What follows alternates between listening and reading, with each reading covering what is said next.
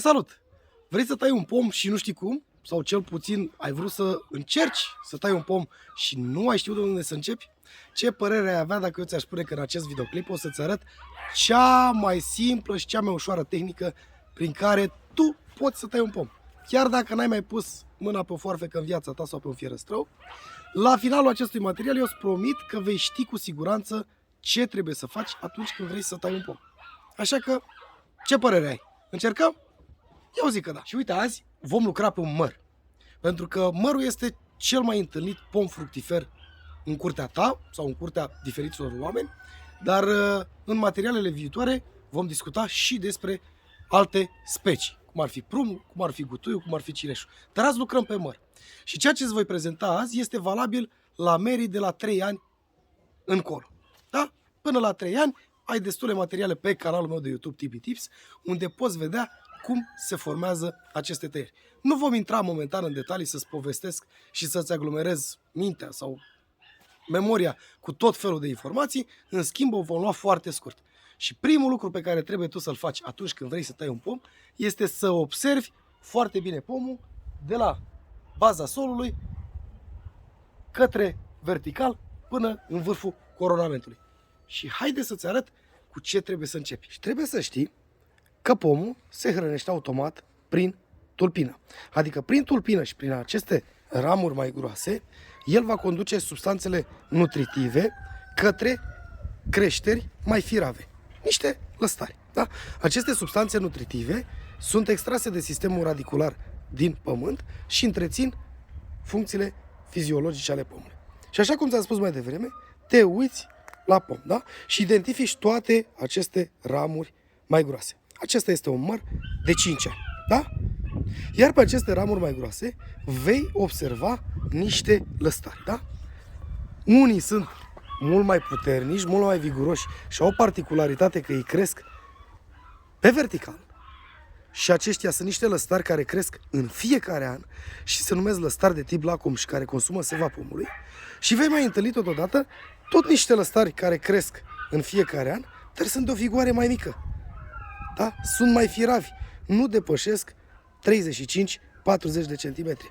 Și față de aceștia pe care ți-am spus eu că ei cresc pe verticală, acești lăstari mai mici, mai firovi, cresc în general la niște unghiuri mai mici, unghiuri de inserție. Spunem unghiuri de inserție pentru că aici este zona în care acești lăstari mai mici se intersectează cu ramurile mai bătrâne de peste 2 ani de zile. Deci, primul lucru care îl facem, identificăm aceste ramuri groase și după aceea identificăm acești lăstari care cresc în fiecare an și pe care îi vom găsi în fiecare an în coronament. Și ne uităm la cei care sunt și care cresc vertical și aceștia cresc în special în partea de sus a pomului și cei care cresc la unghiuri de inserție mai mici și sunt mai firavi, de vigoare mai mică, pe care îi întâlnim în special pe niște ramuri mai bătrâne, de până la 2 ani. Ne-am înțeles, da? Deci ne uităm la pom, vedem care sunt ramurile mai groase, care sunt mai bătrâne de 2 ani de zile și vedem după aceea care sunt lăstarii care cresc în fiecare an. Cei care sunt verticali și puternici sunt lăstari de tip lacum. Cei care sunt mai firavi și cresc în general mai în interiorul coronamentului sunt tot niște lăstari care cresc în fiecare an, decât că acești lăstari nu consumă seva pomului precum fac acești lacumi, în schimb acești lăstari sunt niște ramuri pe care pomul va fructifica. Și primul lucru pe care trebuie tu să-l faci după ce ai identificat ceea ce ți-am prezentat eu aici, este să elimini toți lăstarii aceia vertical pe care îi găsești în partea de sus a coronamentului. Acum dacă îi găsești și în interior, cum este acesta de aici, va trebui eliminat și pe acela. Cum facem asta? Hai să-ți arăt. Hai să luăm exemplu pe acesta, da? Este un lăstar care crește vertical. Este de vigoare mare și este de 1 an de zile. Da? Cum îl tăiem noi pe acesta? Tu poți să tai în 2 feluri. Poți să tai așa și nu este bine, pentru că de aici, dacă ai făcut aceste tăieri, anul viitor îți vor da alți lăstari, mult mai puternici, tot lacumi, care nu-ți vor folosi. În schimb, tu trebuie să vii și să tai, să lași maxim 2 mm de la ramura aceasta bătrână mai departe și asta se numește o tăiere la inel, adică o tăiere la unghiul de inserție al acestui lăstar lacom cu ramura mamă. Deci tot ceea ce este vertical vom elimina din pom la inel, la acest unghi de inserție. Ne-am înțeles, da? Hai să eliminăm.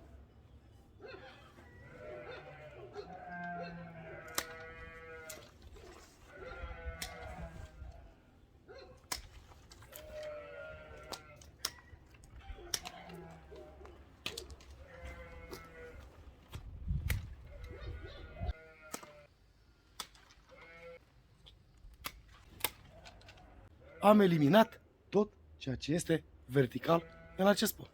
Următorul pas pe care îl vom face va fi să mergem pe fiecare ramură din această groasă și să vedem ce facem și cu lăstarii aceia puțin mai firavi. Hai să-ți explic câte ceva și despre ei și ce anume trebuie să ții cont atunci când vom umbla la aceștia și vom tăia. Vrei să vezi? Hai să ne uităm. Acum, toți acești lăstari pe care ți-am spus eu că sunt mai firavi, sunt niște ramuri de rod. Adică pe aceste ramuri va fructifica mărul tău. Da? Aceștia fiind prezenți pe o ramură mai bătrână, nu îi vom elimina sub nicio formă și nu vom umbla la ei. Da? Deci ramurile cam până în 25 de centimetri care se găsesc mai firave și cresc la niște unghiuri mai mici față de acele stare pe care am tăiat mai devreme, nu îi vom elimina sub nicio formă după întreg cuprinsul acestor ramuri mai bătrâne de 2 ani de zile. Aici avem un lăstar care crește tot vertical pe această ramură, pe această șarpantă se numește ea. Și ce facem? Dacă este o ramură de rod, o eliminăm sau nu? Ei bine, este foarte simplă situația. Dumneavoastră, când începe să tăiați pomii, luați fiecare ramură din asta bătrână și vă uitați pe cuprinsul ei. Și o luați de unde pleacă și începeți și vă uitați către zona în care se îndreaptă. Tot ce avem mic și crește la unghiuri de inserție mici și toți lăstarii aceștia firavi îi lăsăm. În schimb, dacă avem un lăstar care pleacă vertical după această ramură mamă, atunci vom veni și îl vom elimina și pe acesta la inel, cum am procedat cu ceilalți mai devreme. Mergem mai departe pe această ramură și o să vedem că ea are o parte terminală, adică o zonă unde ramifică oarecum. Iar aici avem niște lăstari care cresc la unghiuri de inserție mai mici, nu ca aceia verticali, și sunt tot lăstari care au crescut într-un an de zile, adică lăstari anuale. Aici este secretul. Nu vom scurta niciodată din ei pentru că aici vor ajunge să fructifice. În schimb, dacă noi dorim să prelungim această ramură mamă, putem să facem o scurtare, de exemplu aici, și ne uităm noi că pe această ramură o să întâlnim niște muguri îndreptați în diferite zone. Voi vă uitați încotro vrea să meargă acea ramură și faceți o secțiune la acel mugure. Și știți că aici vă va crește o ramură anul viitor. Deci acest lăstar mai firavi, dacă sunt în prelungirea unei ramure mame, atunci le puteți aplica scurtări. Și puteți face ce am făcut și eu aici, să reduceți, pentru că acea ramură pleca vertical într-o zonă în care nu mi-o doream și pe aceasta de asemenea. Și astfel eu am lăsat o ramură de rod în care va fructifica și o ramură în care îmi voi prelungi ramura mamă. Da? Deci toți lăstarii aceștia mici anuali nu îi îndepărtați decât pe cei care cresc vertical sau veți putea face niște scurtări acolo unde doriți dumneavoastră să vă prelungiți ramura mamă. În special dacă vreți să prelungiți sau vreți să faceți scurtări, mai puteți face o tăiere care înseamnă tăiere de transfer. Adică vom schimba poziția ramurii mamă cu un lăstar din acesta anual care se îndrepte într-o zonă în care vreau eu. Foarte simplu, nu? Caracterizăm fiecare ramură din aceasta bătrână și ne uităm pe întreg cuprinsul ei. Pe care vrem să o lungim, avem voie să facem o scurtare. Pe cele care vrem să le ținem pur și simplu așa cum sunt, le reducem fără nicio problemă. Acei lăstari mici firavi care fructifică îi lăsăm în pom. Și toți lăstarii care sunt de o vigoare mai mică, în afară de cei din prelungirea ramurii mamă, îi lăsăm în pom și nu ne atingem de ei. Bineînțeles, putem uneori, dacă sunt prea mulți pe o ramură mamă, să mai rărim din ei. Dar în special îi vom rări pe cei care pleacă într-o zonă în care nouă nu ne convine. De ce spun asta? Foarte simplu. Voi când vă uitați la un pom, trebuie să știți un singur lucru, că el are nevoie de lumină. Da? Și trebuie să vă gândiți că trebuie să creați acest mediu de lumină în interiorul pomului. Iar acest lucru faceți dumneavoastră cu întreg. Al doilea lucru foarte important este reprezentat de greutatea rodului și a ramurii. Și există posibilitatea ca aceste ramuri să se încarce sub greutatea rodului. Și atunci voi trebuie să vă uitați în pom să vedeți cam unde se lovesc ramurile, unde s-ar lăsa și ar lovi dacă ar avea rod pe ele, sau care se umbresc una pe alta. Și acolo trebuie să alegeți dumneavoastră ce să faceți, așa ca o rărire, cum ar veni, da? Hai să luăm puțin camera și să vă arăt câteva detalii. Și uitați, aici este un exemplu foarte bun. După cum vedeți, această ramură, chiar dacă aceasta este de 2 ani și lăstarii aceștia de 1 an sunt toate ramuri de rod în devenire, adică niște ramuri care nu fructifică anul ăsta, vor fructifica anul viitor, dar acesta îmi lovește în aceasta de aici. Atunci, eu îmi permit să elimin total această ramură sau să o scurtez. Dar cum ea merge spre interiorul pomului, voi alege să o elimin la inel. Și astfel, în această zonă, am creat lumină, am aici ramuri de rod, am creat lumină, nu lovește, nu umbrește. Da? Un alt caz, foarte simplu, îl avem pe acesta de aici. Uitați, această ramură merge către aceasta. Aceasta umbrește pe aceasta, în schimb aceasta o deranjează prin creștere, că va lovi în ea. Ce vom face? Dacă aceasta este de o vigoare mai mare și mai avem și rod pe ea, iar aceasta este de o vigoare mai mică, dată dintr-un etaj inferior, venim și facem o scurtare prin transfer. Da? Și astfel am rezolvat acest conflict de aici. La fel este și cazul acestuia, unde vom face același lucru. O tăiere prin transfer. Vom transfera vigoarea de creștere a acestei ramuri în această direcție pe care o vrem noi de aici. Și exemple am avea destule. Da? Mergem înapoi pe o ramură din asta, că veți întâlni foarte multe situații în care ramurile dumneavoastră în terminația lor se prelungesc cu niște lăstari de acest gen și procedați astfel. Aceasta de aici tinde să se ducă către vertical și dacă ne uităm noi puțin mai mult, lovește aici, da? O îndepărtăm la inel fără nicio problemă. Aici dorim prelungire a acestei ramuri mamă, putem să scurtăm la o mugure unde vrem noi să ne crească. Dacă nu, putem să facem o trăiere de transfer pe această ramură și să scurtăm în această parte. Pentru că astfel am lăsat o diferență aici, în zona aceasta, astfel încât pomul meu să aibă unde să meargă. Încărcătura poate fi prea mare, dar acestea sunt niște detalii mai de profesionist. Anul viitor vom vedea cum vom lucra în această zonă. Sau pur și simplu putem să facem o tăiere din această zonă și las transferul aici și aici facem o scurtare mai mică. Și așa, după bunul nostru plac, procedăm pe tot întreg coronamentul pomului, pentru că este foarte important. Întotdeauna când tăiați, căutați pe cât posibil să faceți tăieri de transfer. Adică, dintr-o ramură pe care este de 2 ani de zile și vreți să o scurtați, pentru că nu merge într-o direcție unde vreți voi, faceți o tăiere de acest gen. Da? Pentru că aici dumneavoastră veți transfera puterea acestei ramuri într-o ramură de rod, ceea ce va forța pomul să fructifice. Iar această ramură de rod de aici, cu aceasta de aici, cu acești pinteni de aici, vor crea niște burse de rod și o vatră de rod. Și într-un an, 2, aici vom găsi o vatră de rod. O vatră de rod înseamnă o ramură care este plină de rod, de elemente care produc rodul la pomii fructiferi. Simplu până aici, nu?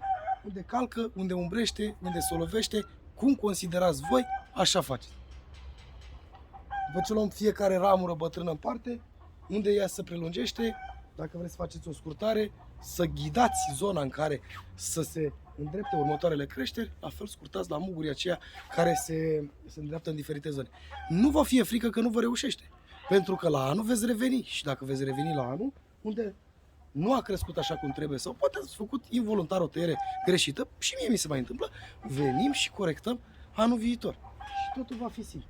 Deci, ne ocupăm de aceste călcări și de aceste creșteri în coronamentul pomului și asta voi face și eu.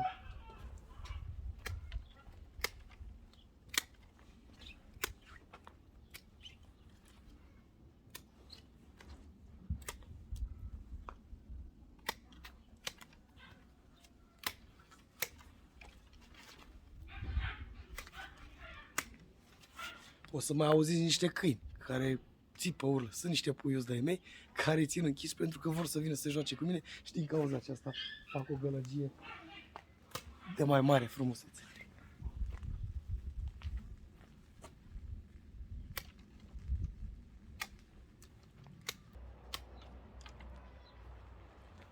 Acum că am terminat cu rezolvarea tuturor conflictelor, dacă am putea să le denumim așa, adică ramurile acelea care calcă, care umbrește și am făcut după cum am vrut noi, respectând acele reguli de tăiere, mai avem de făcut un singur lucru. Etajul superior. Noi trebuie să ne uităm și să găsim o simetrie și cât vrem să lăsăm de înalt pom. Da? Vom căuta un anumit nivel și vom merge pe aceste ramuri pe care le vedeți voi că a rămas acolo sus, da? Și vom rezolva conflictele. Vreți să vedeți cum? Haideți să vă arăt. După cum vedeți, am rezolvat toate aceste conflicte din interiorul pomului, da? Iar acum ne îndreptăm privirea către aceste zone și după cum vedeți, nu vă uitați la prunii aceia acolo, se dă o umbră la câini, nu avem nicio treabă cu ei, au fost niște salcămi, au crescut mai înalt și așa mai departe. Și haideți să ne uităm aici. Deci ultima problemă pe care o avem este etajul superior, da? După cum vedeți, aici avem niște creșteri de nebune. Teoretic, acești lăstari, după cum v-am spus prima oară, tot ce crește vertical, trebuiau dați jos de la bun început, ceva de acest gen, da? Dar noi tot avem o problemă, pentru că ramura aceea se duce de nebun în sus. Iar noi ce trebuie să facem este să temperăm oarecum creșterea pomului prin aceste tăieri sus. Dar atunci când tăiem, căutăm să avem cât de cât un nivel, aș spune eu, aproape egal.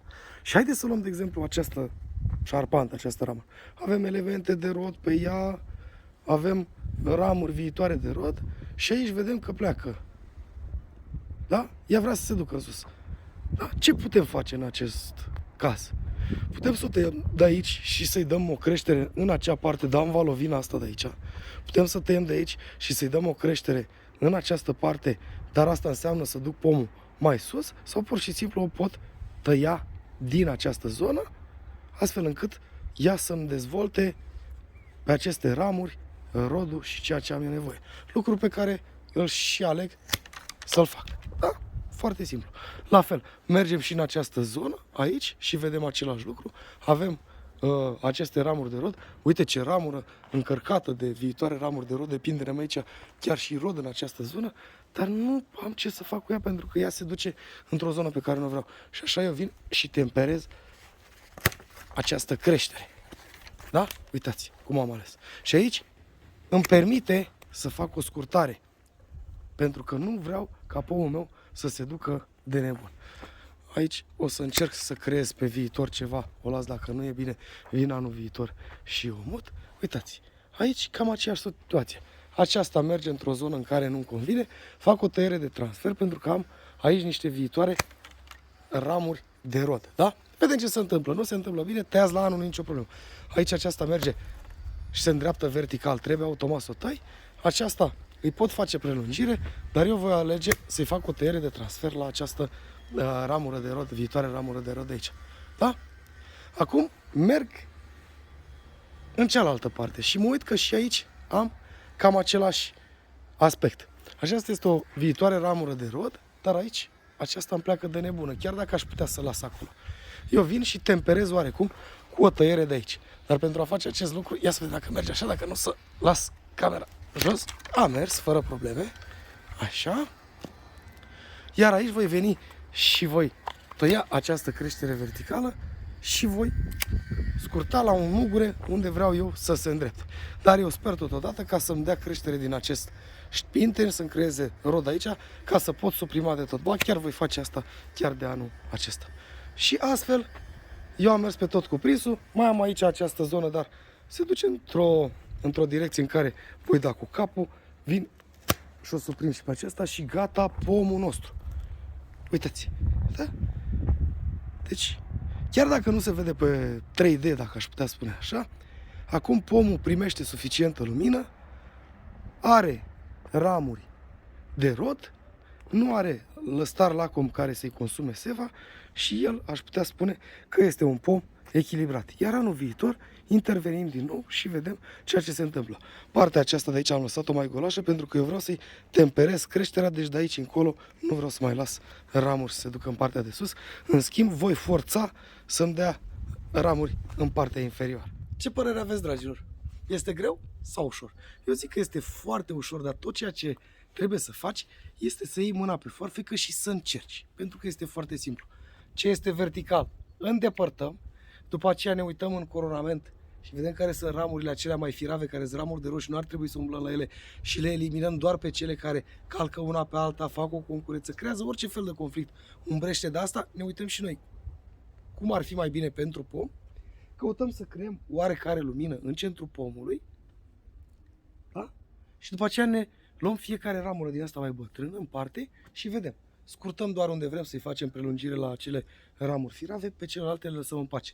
Tot ce vedem pe cuprinsul ei, acele ramuri mai mici, le lăsăm pentru că sunt ramuri de rod, nu umblăm la ele. După aceea mergem la nivelul de sus, facem o oarecare simetrie, dacă aș putea spune așa, și cam așa se taie un pom. Astăzi am vorbit despre măr. În materialul viitor o să vorbim despre pom. De la 3 ani încolo este valabil ceea ce vă prezint eu aici. Până la 3 ani, intrați pe canalul meu de YouTube, Tibi Tips, vedeți că mai aveți acolo detalii despre pomi de la 1 an, de la 2 și știți cum să ajungeți până în acel punct, iar pentru dumneavoastră va fi foarte ușor. Totul este să încercați. Ce ziceți? Aștept răspunsul vostru în comentarii, să-mi spuneți că ați reușit, pentru că m-ar bucura enorm de mult să știu că ați reușit acest lucru și că vă tăiați singur pomii. Și nu veți fi nevoiți să chemați pe unul și pe altul și să consumați bani pentru a vă face o muncă pe care dumneavoastră puteți să o faceți foarte simplu. Până la următorul videoclip, eu vă doresc toate cele bune. V-am pupat!